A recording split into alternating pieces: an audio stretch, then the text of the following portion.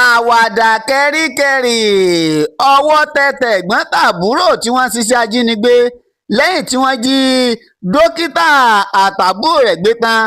Wọ́n pa àbúrò dókítà nígbà tọ́rí ọmọ tiwọn. Wọ́n tún gbé lọ sí ilé ìwòsàn dókítà tí wọ́n jí gbé ni wọ́n bá náwó gan àwọn afurasí méjèèjì. Níbo ló ti ṣẹlẹ̀? Ìlú wo gan ló ti ṣẹlẹ̀? Dókítà wo ni wọ́n jí gbé tó tún lọ ilé ìwòsàn rẹ̀? Ẹ jẹ́ ń polọ́jà tó wà wájú mi yìí ná ìlọ́rùn gbèsè mò ń bọ̀ wá. Atoni ìgbàlọ́ ń jalajala aluwala.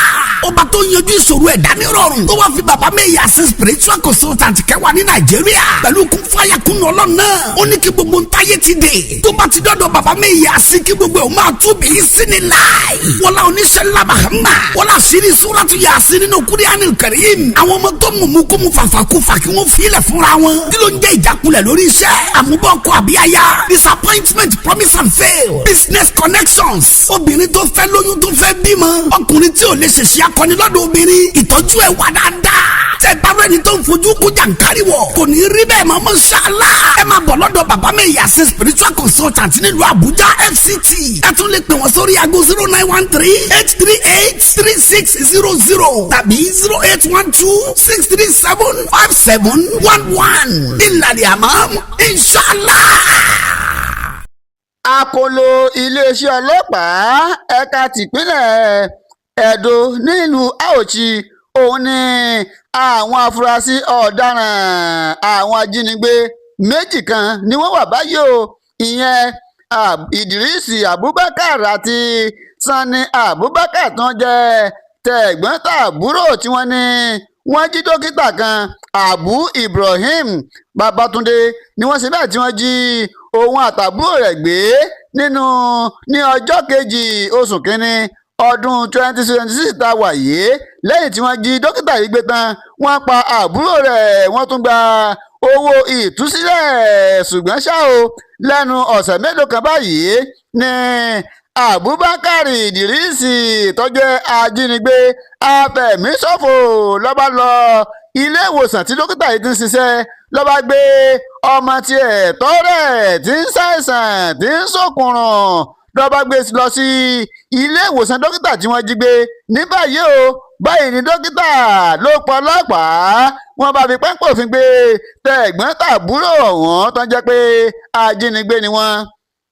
Iléeṣẹ́ ọlọ́pàá nípínlẹ̀ Aochi gbà tọwọ́ alukoro ọlọ́pàá nípínlẹ̀ Ẹdó ni wọ́n ti fìdí ẹ̀ múlẹ̀ báyìí pé àwọn afurasí méjì kan Idris Abubakar àti Sani Abubakar wọ́n ti wà ní àkàtà àwọn báyìí o níbi tí wọ́n ti ń ṣẹ́jú pé tí wọ́n ti ń ká bòròbòrò bí àjẹ́ tó jẹ èpo ọ̀bọ̀ látàrí pé wọ́n jí dókítà kan dókítà Abu Ibrahim Babatunde wọ́n náà jí òun àtàbúrò rẹ̀ ni wọ́n ti ṣáájú jí gbé nínú oṣù kínní ọdún yìí. Wọ́n gba ránsọ́ọ̀mù wọ́n pa àbúrò dókítà wọn ní nílé ìwòsàn tí dókítà Abu Ibrahim tó ti ń ṣiṣẹ́ ní ilé ìwòsàn wọn ní àwọn agbébọn méjèèjì yìí ni wọ́n gbé ọmọ wọn lọ nígbà tó rẹ ọmọ. Báyìí ni dókítà rí i pé èwo leléyìí àwé tó jí bá gbére tọ́pọ̀ àbúrò mi lẹ́yìn dókítà yìí lọ́ba bọ́ síta jẹ́jẹ́ lọ́ba mú ẹ̀rọ ìbánisọ̀rọ̀ rẹ̀ lọ́ba di gánagánagánagánà. Àgọ́ ọlọ́pàá sẹ́yìn mò ń bá sọ̀rọ̀ ẹ máa bọ̀ wá sí ilé ìwòsàn báyìí tó wà ní Aochi ẹ máa bọ̀ wá o. Agbébọn báńdé tó jí mi gbé lọ́jọ́ sí ó ti wà nílé ìwòsàn báyìí o. Ọmọ rẹ̀ ló gbé wá. Báyìí ni àwọn ọlọ́pàá wọ́n ta kínní ọ̀hún kánkànkán. Báyìí ni wọ́n gbéra ó di ilé ìwòsàn o. Wọ́n dán wọ́n Idris Abubakar tó jẹ́ agbébọn yìí àtàbúrò rẹ̀ Sani Abubakar ni wọ́n bá náwó gán wọn. Ní báyìí alukoro iléeṣẹ́ ọlọ́pàá nípínlẹ̀ Ẹdó Eno Ikwedem ó ní àwọn afurasí méjì wọ́n wà ní akolo ọlọ́pàá báyìí o tí wọ́n ran àwọn lọ́wọ́. Ó ní ìwádìí fi hàn yí pé Abubakar Idris gbajúgbajà ògbóǹtagìrì nínú ajínigbé ni. Kódà wọ́n ti fi ẹ̀sùn jínigbé wọ́n ti fi kàn án rí.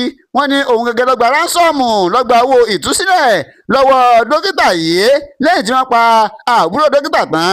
Ó ní ìwádìí ń lọ lọ́wọ́ o.